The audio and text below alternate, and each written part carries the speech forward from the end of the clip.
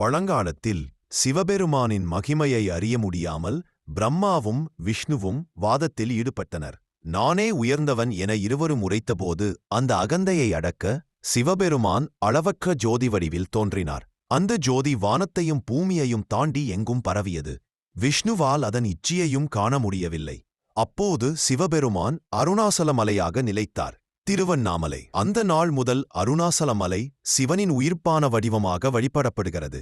மலையே சிவன் என்ற உண்மையை உலகிற்கு உணர்த்தும் புனிதத் தலம் திருவண்ணாமலை. காலங்கள் கடந்தன. ஒரு சாதாரண கிராமத்தில் வாழ்ந்த பக்தன் ஒருவன் வாழ்க்கையின் சுமையால் மனம் சோர்ந்திருந்தான்.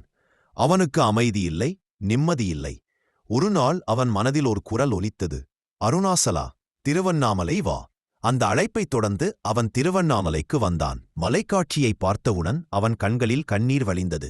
அந்த மலை பேசாமல் பேசுவது போல் இருந்தது. அவன் முதன்முறையாக கிரிவலம் செல்லத் தொடங்கினான். ஒவ்வொரு அடியிலும் அவன் உள்ளம் மாறியது. இந்திரலிங்கம் அருகே அகந்தே கரைந்தது. அக்னிலிங்கம் அருகே கோபம் அடங்கியது. யமலிங்கம் அருகே பயம் நீங்கியது.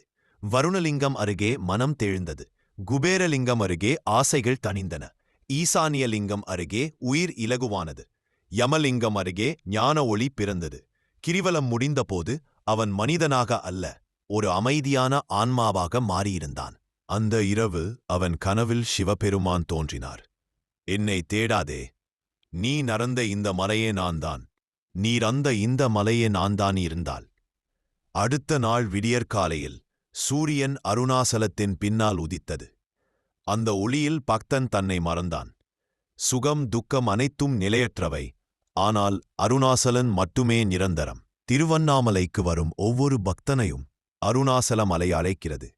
பேசாமல் போதிக்கிறது, கேட்காமல் அருள்கிறது.